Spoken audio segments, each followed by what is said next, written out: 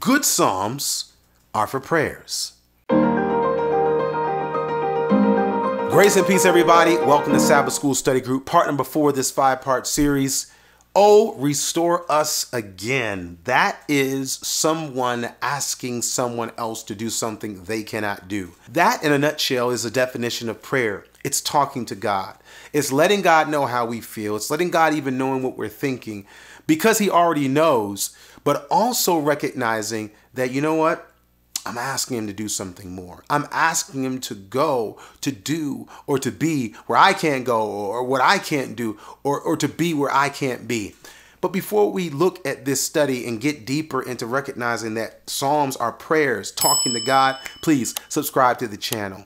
It allows us to stay in touch, but it also lets you know whenever God gives us a word to encourage. Also, make sure you like this video. Hit that thumbs up. It makes it easier for other folks to find it down the road. Speaking of down the road, when we go down the road of life, it's easy to think we're at it alone. But no, that's one of the benefits, one of the blessings of being a believer. You're never alone. Even when you don't believe, God sees all, even the mess. And people say, well, how can he see and not do anything? Well, that's a very simple question to answer. Oftentimes, God will not do anything because we don't allow him to. We don't let him. We don't give him the space to work. But it does not mean that he doesn't care. And it definitely doesn't mean that he can't see. Because he can see and because he cares, we have an opportunity now to call on that. The one who sees, the one who cares, get in here. I need you to do something. And that's what the psalmist shows us here. Psalm shows us in verses 2 to 3 of Psalm 60. It prays, thou hast made the earth to tremble. Thou hast broken it. Heal the breaches thereof. For it shaketh. Heal stuff, Lord, because it's shaky. Thou hast showed thy people hard things.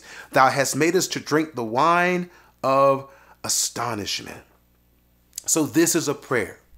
On the one hand, he's requesting. On the other hand, he's remembering. But either way, the psalmist is talking to God. God listens to our prayers, and psalms are prayers. Not only there in verse 2 to 3, when you skip to 9 to 10, he asks, who will bring me into the strong city? Who will lead me into Edom? Verse 10 says, wilt not thou, O God, which hast cast us off, and thou, O God, which didst not go out with our enemies?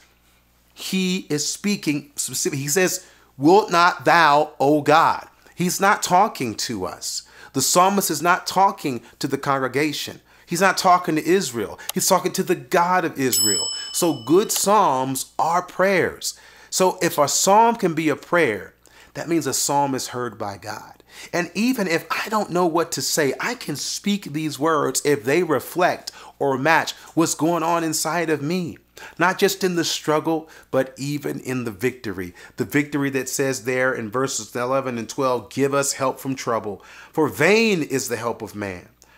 Verse 12 says, through God we shall do valiantly, for he it is that shall tread down our enemies.